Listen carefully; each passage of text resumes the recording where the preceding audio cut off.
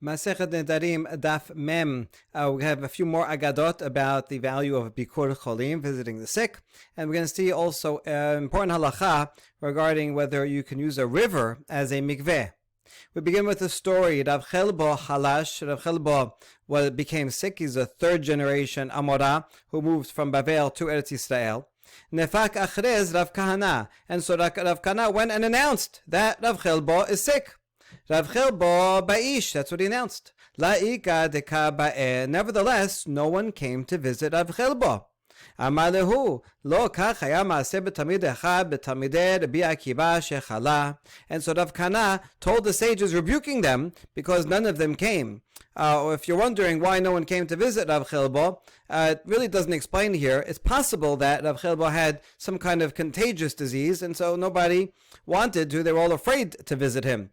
Whatever the reason is, Rav Kahana, his friend, thought that this was a problem, and therefore he retold the following story about Rabbi Akiva way back, the third generation Tana, where there was a certain student of the students of Rabbi Akiva who became sick. And no one came to visit him, maybe for the same reason, that they were afraid they would catch it.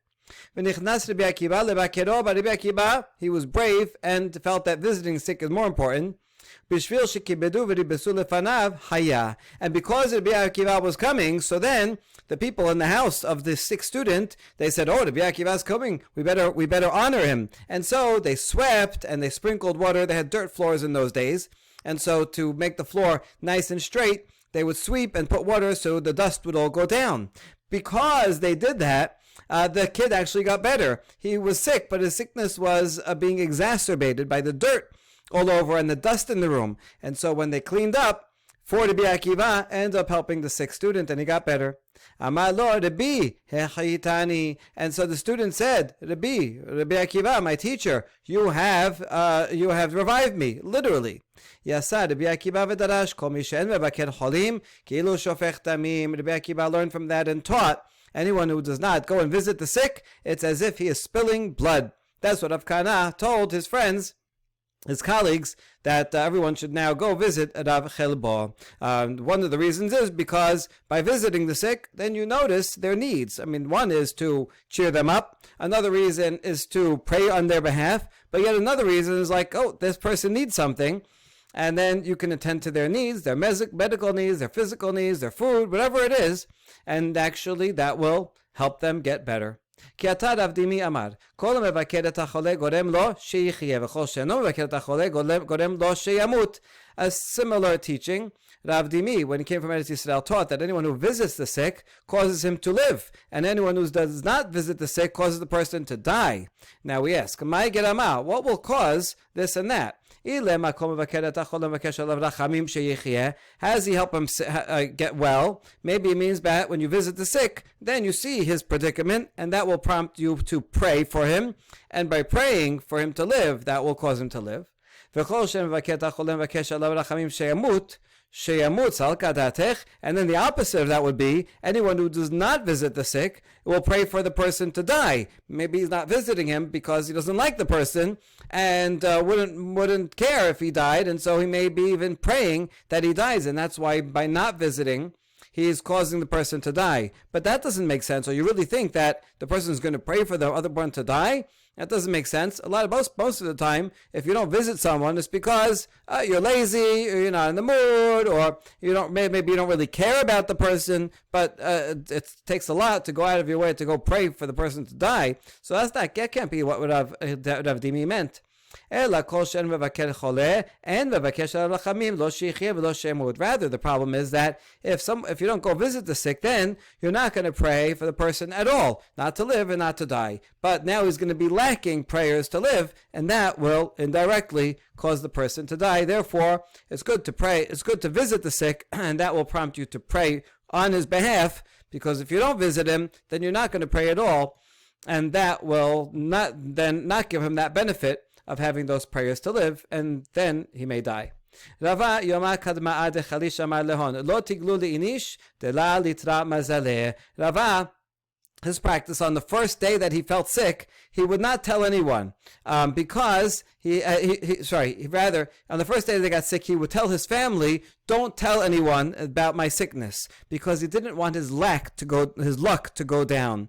Maybe some kind of superstition. I'm not clear why, but maybe psychosomatic or psychological, that by announcing that he's sick, then that will make it official that he is actually sick. But you never know. The first day of something that bothers you, a lot of times just goes away the second day. Just don't pay attention to it, right? And if you all of a sudden now advertise, tell everyone, oh, I have this sickness, then that can actually cause the sickness to stick and set in. So it's bad luck, right? Just like, it's a bad luck to say about yourself that, if I would get sick and this and that, you don't want to open the possibility and give thoughts to the Satan, or give your own brain thoughts of being sick. So try to deny it for one day and not tell anyone. But that's not really going to work if it continues. So mikan ve'elach amar lehon puku ve'achrizu beshuka. If the sickness continued into a second day, then he would tell his family, go proclaim in the marketplace that I'm sick. He wanted people to know. Why? He says,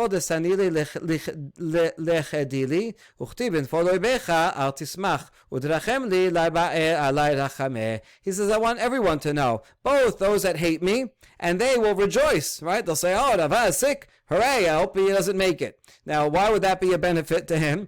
Because the pasuk says that when your enemy falls, you should not be happy. So if they are happy, that will be a negative to them, and then Hashem will see that and say, listen, maybe this person deserved to be sick for whatever reason, but didn't deserve all these people being up in joy about the person being sick. And so then Hashem may have more mercy on him. People will have more mercy on him, seeing how the enemies are gloating. So the enemies gloating may actually help his cause.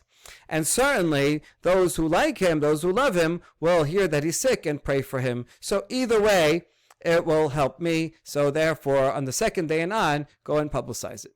אמר רב, כל מבקר את החולה ניסול מדינה של גיהינם, שנאמר השתה משכיל אל דל ביום רעה ימלטהו השם. Anyone who visits a sick, that person, the visitor, will be saved from Gehinam. We know this because it says, happy is he that considers the poor. So maskil would be to visit. Now dal usually means the poor. Here we're going to interpret it to mean the sick. We'll prove that in a second. B'yom ra'ah, on the bad day, that means the bad day when he dies and would deserve Gehinam, Hashem will save him from Gehinam.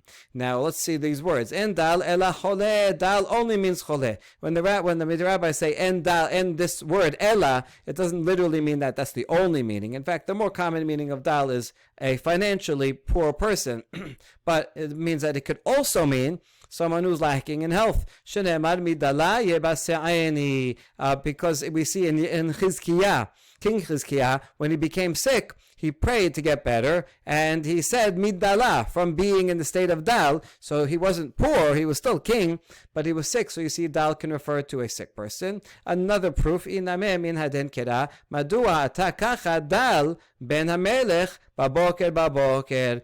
Or when Yonadav asked Amnon was the prince, the son of King David, he was sick. In that case, he was lovesick for his half sister. But anyway, he was sick. And Yonadav says, why are you so dull? Now, he was not poor, he was a prince, but he was sick. That's how we know dal can mean a sick person. And how about Yom Ra'ah? How do you know what that means? Gehinam. And Ra'ah ela Gehinam. Shenemar kol pa Hashem lema'aneu v'gam rasha leYom Ra'ah. Everything Hashem did it was for his own glory, including that the wicked person, where he goes on the bad day. Where does the wicked person go on the bad day? On the day of his day of punishment? To Gehinam. So here you see that Yom Ra'ah means Gehinam. So to here, happy is the person who goes and pays attention to the sick person and visits him, and on that day, where he may deserve to go to Gehinam, Hashem will save the visitor. Good. Now we ask, and if he does visit, what is his reward? Wait, we interrupt this question with another question. Why are you asking now? What his reward is if he visits the sick? What do you mean, what is his reward? His reward is that he gets saved from Gehinam. Isn't that enough for you? Ela masechado balamazeh. No, what we meant to ask is, what is the reward in this world? I understand the reward in the next world, but what does he get now? Hashem yishmereu v'chayeu v'ushad ba'aretz ve'al tetaneu benefesh or yebav. Hashem will preserve him, keep him alive, and he will be called happy, and deliver not you him unto the greed of his enemies. We'll explain each one of these. Hashem yishmereu. Hashem will guard him from what? From his own yesed hara. Hashem will save him from sinning and from wanting to sin. And will preserve him from suffering. And he'll be happy in the land, means everybody will give honor to him, right? What a great guy. Ba'al chesed. And don't give him into the hands of his enemies.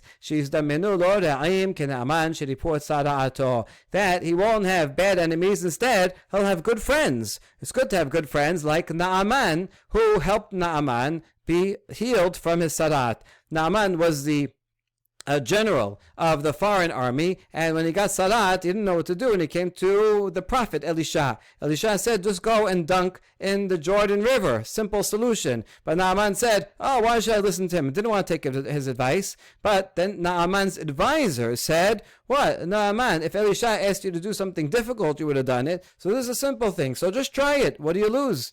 And Naaman did so, and he got better. So you see that Naaman was lucky to have good friends around him. As opposed to having bad friends around, right? That would be, don't get me into the hands of enemies. And so if you have bad advisors, they are enemies, like Rechavam. Rechavam, the son of King Shelemah. King Shelemah was the king over a united kingdom, the north and the south. But King Shelemah overtaxed the north, and they were resentful about that. And so when his son became the king, people from the north came to Rechavam and said, your father mistreated us, and but we'll support you if you are nicer to us. So Rechavam asked his advisors, what should he do? His older advisors, who were wise, said, you should lower their taxes and treat them nicely, right? Treat them fairly, like you treat the southern kingdom. But the younger advisors of Rechavam said, no, you should double down on the tax, and you should tell them, my father was taxed you. I'm going to tax you even more. You should be tough-minded. So Rechavam took the advice of his younger advisors, and that was bad advice because Rechavam was so harsh on the northern kingdom rebelled and said, we are not joining you anymore, you are not our king, and they made a separate king. So because of the young advisors of Rechavam, the kingdom was split into two.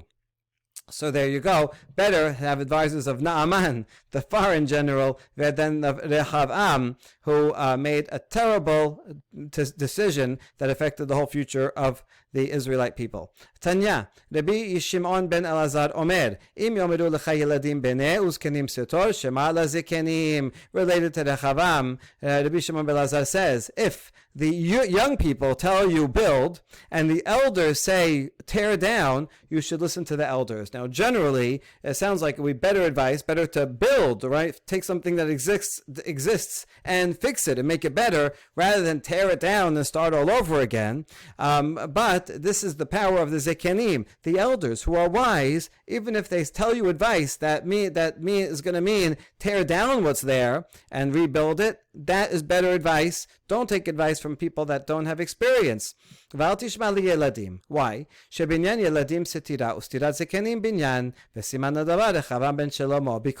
the building of young people is actually tearing down. In other words, even though it looks like, yeah, you're building and going ahead and progress and doing the next thing, but if it's based on a foundation that's a bad foundation, then that whole building will fall, and you're just building on top of something that is not sustainable. So that building will end up being causing everything to be demolished. That's exactly what happened with the young advisors of Rechavam. They said, go, keep going, double down on your father's mean policies to the northern kingdom.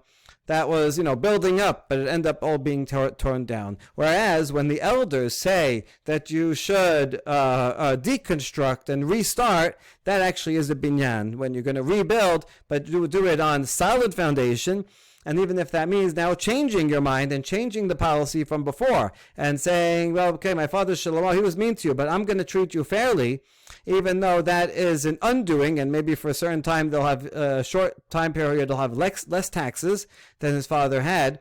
But then that'll build a solid foundation, and that is true building. So always seek advice from the older and wiser.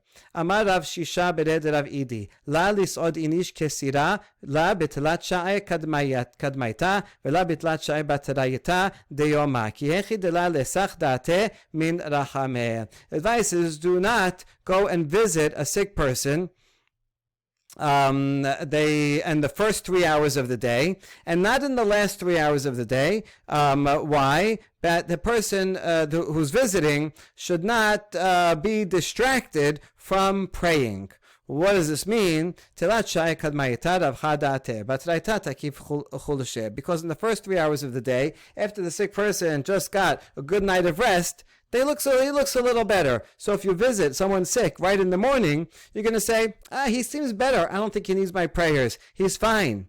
And the opposite, if you visit someone in the last 3 hours of the day, when they're already the whole day, they're really tired, and they look terrible, then when the visitor comes and visits him, they're going to be like, I don't know, this person's not going to make it. He has no chance. I'm not even going to bother praying for him. So rather, you should go right in the middle of the day when the person seems sickly, not so well, but it looks like they have a good possibility. Maybe if I pray, then they'll do better. And so that's the best time to go and visit, is the time when they look not too great, but also not too bad. Amar Rav, Ravin, Amar Rav, Amar Rav. Ravin said the name of Rav. This name is going to be important because he's going to say something else on an unrelated topic of Mikveh. But first he says something about visiting the sick. Minayin shekadosh baruch hu zan et hacholeh, shenemar Hashem yis'adenu al eres tevai. How do we know that Hashem himself gives sustenance to the sick person, like directly cares about the sick person? As Pasuk says in Tehillim, Hashem will support him upon his suffering, right? So support here, we're taking Yis'adenu, is like Sa'ad, Se'uda. Happens to be the same word as we had here, La lis'od inish kesira, don't visit a sick person. I think the idea is that when you came to visit a sick person, you'd also bring food to strengthen the person to have some good sustenance. Okay, so Hashem directly is going to help out the poor person, the sick person. Ve'amar Ravin amar Rav, a second statement by the same sage. We learn something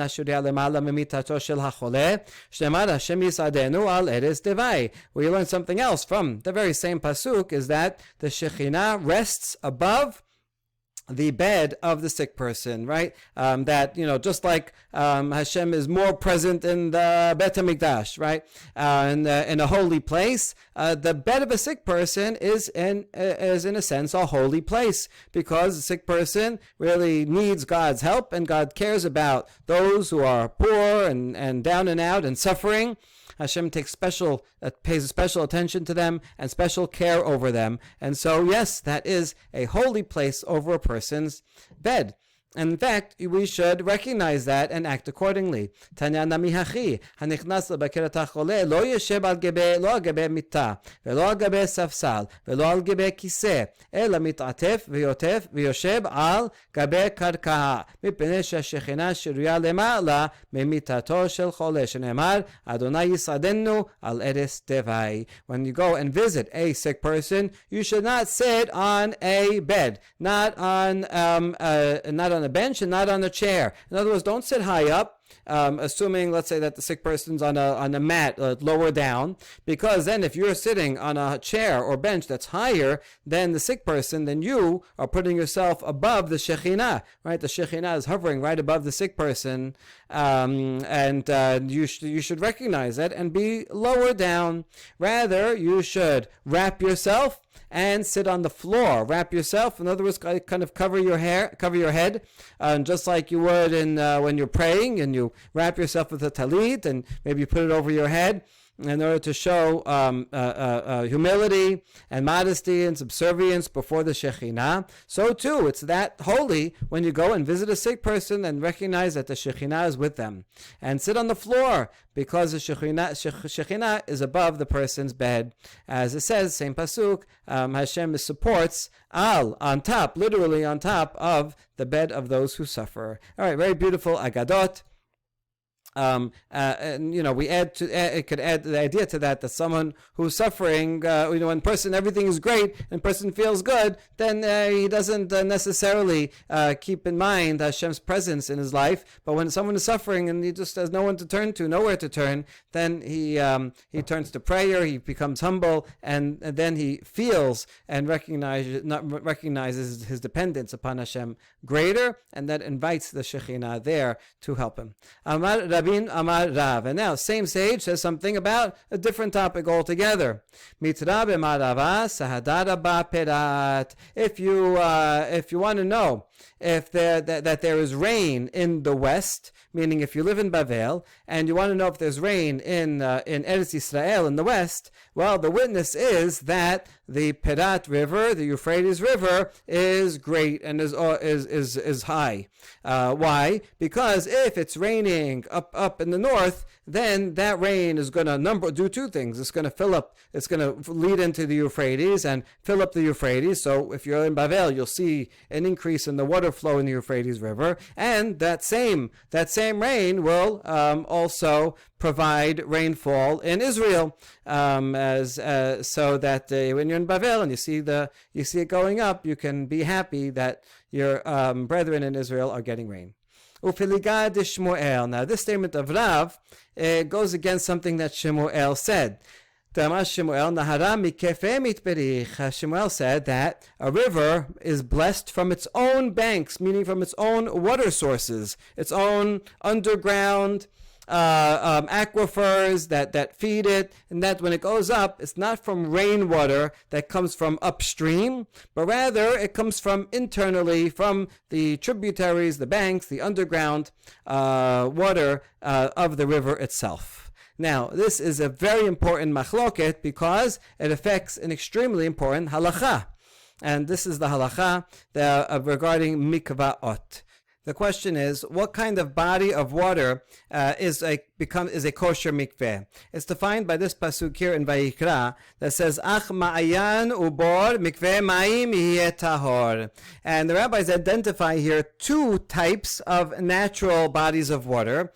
Ma'ayan, on the one hand, is a spring. That means underground water from aquifers that is coming up.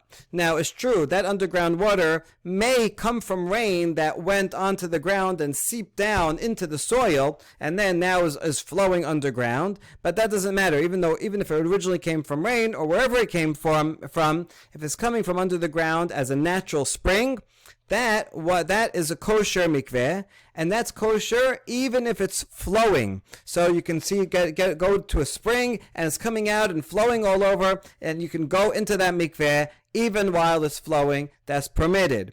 However, mikveh mayim means collected water. If your water source is rainwater, that's fine. That's kosher water, but the water has to go and it cannot be flowing. It has to mikveh, has to collect into a cistern, into some kind of pool, and be still, or into a pond or a lake, something where it collects and stops flowing, does not continue out from there. So that's two ways to make a mikveh. Usually the mikveh that we build are filled in from rainwater. What you cannot have is drawn water. You can't put water in a bucket from any source, and then even from an ocean or anywhere. Once you put it in a bucket and lift it, that's mayim she'uvin. That's for sure not good. That's the worst thing you could do. So one way to make a kosher mikveh is from rainwater. That's fine. You can have some kind of collection receptacle on the roof or on the street, and then it flows into a pool, mikveh, and then it stops, and then so now it's not flowing. Then you can use that for a mikveh. That's fine. But if it's flowing, then it has to be from underground water, not from rainwater. So here's the big question: is can you use a river as a mikveh? Well, it depends. If the mikveh is fed mostly from underground aquifer water, then that's permitted because that's spring water, even though it's flowing. But if the river is fed mostly by rainwater or snow on mountains that it was rainwater and the snow melts and then that's flowing in the river. If the river is mostly rainwater, it cannot be used as a mikveh because it's not collected, it's flowing. And therefore, this makes a big difference. If you follow Rav, who says that when you see the Euphrates River going up, then you know it's raining. According to Rav, if you see a river that's higher than usual, that means, or if it's in the rainy season, then you know that this is because of rainwater and you cannot use it as a mikveh. Whereas Shemuel disagrees and he says, no, when you see the Euphrates or any river going up, rivers are fed, are blessed by their own waters, their own underground waters, and it's not a sign that it's raining upstream. And so according to Shemuel, you should be allowed to use a river anytime, whereas according to Rav, using a river during the rainy season or after the rainy season, soon after the rainy season, would be prohibited. All right, very fundamental machloket. And now we're going to see that Shemuel contradicts another statement that he himself said. Upeligad de Shemuel ad Shemuel. Da'amar Shemuel en hamayim metaharin bezochalin. He says water does not purify when it is flowing, unless it's the Euphrates River during Tishrei. Now, during Tishrei, that's right after the summer. In the summer, it doesn't rain, and therefore, the Euphrates, right after the summer, you know that any river there was from underground natural water and not from rainwater. That's why it's permitted. But otherwise, if you go to the Euphrates during the winter or during the spring after the rainy season, then it's not permitted. So you see that these two statements of Shemuel contradict each other. First, he says that a river comes from its own blessing, from its own banks and own underground water, but then Shemuel says it's prohibited to use the Euphrates except after the summer, which means he would agree with Rav that the rain does fill up does fill up the river. Okay, we don't resolve this. Instead, we actually bring another testimony, Avud Shmuel, of the father of Shemuel, that also agreed with Rav and the second statement of Shemuel that rivers are a problem on certain times of the year. Avad lehon mikvaot libnate b'yomei Nisan u'mepeseh b'yomei Tishrei. So Shemuel wanted to make sure that his daughters had proper mikvaot, and during Nisan, which is after the winter, that's after the rainy season, and that rain is still flowing from farther north. And so during that time, he told his daughters, you can't go in the river. Instead, he would make ritual baths where he would collect the water so that they could go into a mikveh and not use the river. But in Tishrei, after the summer, after the dry season, when you know that the water is not coming from rain, then he would say, yes, you can go into the river. It's just that he would put mats there because the bottom of the river is all muddy, and if they put their feet in the mud, that will be a chatzitza, an interposition between the water and their skin. So we'd have the mats, but otherwise the river would be okay. Good. Okay, this is an important halacha l'maaseh today. We had a question just not a long time ago about someone who was traveling where there was no regular mikveh to go to, and they wanted to go in a river. And this was the exact question of that river. Is it closed? Does it flow? Where does the water come from? Was it the rainy season? And so you have to know a lot about rivers in order to decide that halacha. Amar Rabbi Ameh Amar Rav, Mai dichtiv ata ben Adam aseh lecha kele gola. We're now returning to Agadah, and here the Bi Ameh says something in the name of Rav. It's not clear why we're quoting this. It has nothing to do with mikvaot, nor does it have to do with visiting the sick. So it must have to do with the person's name. But here we have Rabbi Ameh in the name of Rav, and up above we had a series of statements by Ravin in the name of Rav. So what is this doing here? In fact, if you look at all manuscripts, they do not have Rabbi Ameh, but rather Ravin also here. So this should be Amar Ravin, Amar Rav, and that makes sense. We're continuing to quote the same sage's name about another matter. So he's asking, what does Pasuk in Yechezkel mean? Hashem tells Yechezkel, V'ata ben Adam, go and get some implements of exile. He's told to go and get a camping bag and fill it up with the things that you need when you're going into exile, when you're going to be on the run. Essential items that you'll need to survive when you're on an island with nothing else. So what are those key items? Why was Yechezkel told that? Because he's supposed to walk around with these items, with his sleeping bag and Swiss Army knife, and everybody's like, what's happening? Where are you going? Going camping? He says, no, we're all going into exile. Okay, so that's the point of the message. So what are those major things that you need the most? Zo ner u'ke'ara ve'shatiach. So that would be a lamp, so you could see at night, a bowl so you can eat, and a shatiach, a rug that you can rest on, a sleeping bag. Okay, now we're going to interpret another pasuk. It also talks about basic fundamental needs. In Sefer Devarim, when it's talking about in the curses, it says you're going to serve your enemy. Hashem is going to send you in thirst and hunger and nakedness and want of all things. Bechoser kol. So what does that mean? Bechoser kol. How can you be lacking in everything, right? Even a poor person has something. What does it mean to lack everything? Amar biyameh, amar Rav, belo ner, ubelo shulchan. So Rav says, this means if you don't have those very items that we just mentioned above, again, it'll be, should be Rabin in the name of Rav. If you don't have a lantern and you don't have a table, so then you have nothing. What are you going to do? That's like, that's being without anything. That's what that refers to. But there's other opinions. Rav Chisda amar, belo isha. If someone doesn't have a wife, then they have nothing. They might have everything else in the world, but no wife, that's it. They're homeless, they're nobody. Rav Sheshat amar, belo shamash. Rav Sheshat had maybe a higher standard of living, and if you don't have an attendant to take care of your needs, then that's lacking everything. Rav Nachman amar, belo de'ah, tana, belo melach, or belo revav. Nachman says, without wisdom, intelligence. If someone doesn't have intelligence, then all the other things, they won't even know how to use it, how to enjoy it. Another Braita says, without salt and without fat. In other words, the enjoyment of life. You might have just some dry bread, but dry bread, that's nothing, right? You need some taste, salt or fat to make the bread edible.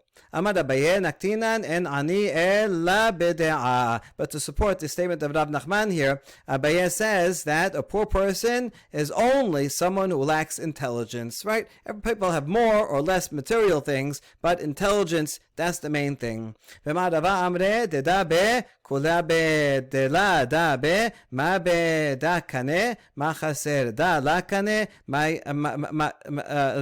kane. So in the West also they say the same thing. Someone who has this, meaning intelligence, he has everything, because then he knows with whatever means that he has, he knows how to use them, he knows how to invest them and make the best of it, and he can figure out a situation if you have intelligence. But if you don't have intelligence, then even if you have a lot of luck and material benefit, but then you waste it all, you invested in bad things, you don't even know how to use it, you can't enjoy it without any intelligence. So therefore, if you acquire this, what's lacking? If you do not have this, then what have you acquired? All right, a nice formulation to teach the importance of wisdom and intelligence over material gain. Baruch Adonai Leolam. Amen ve'amen.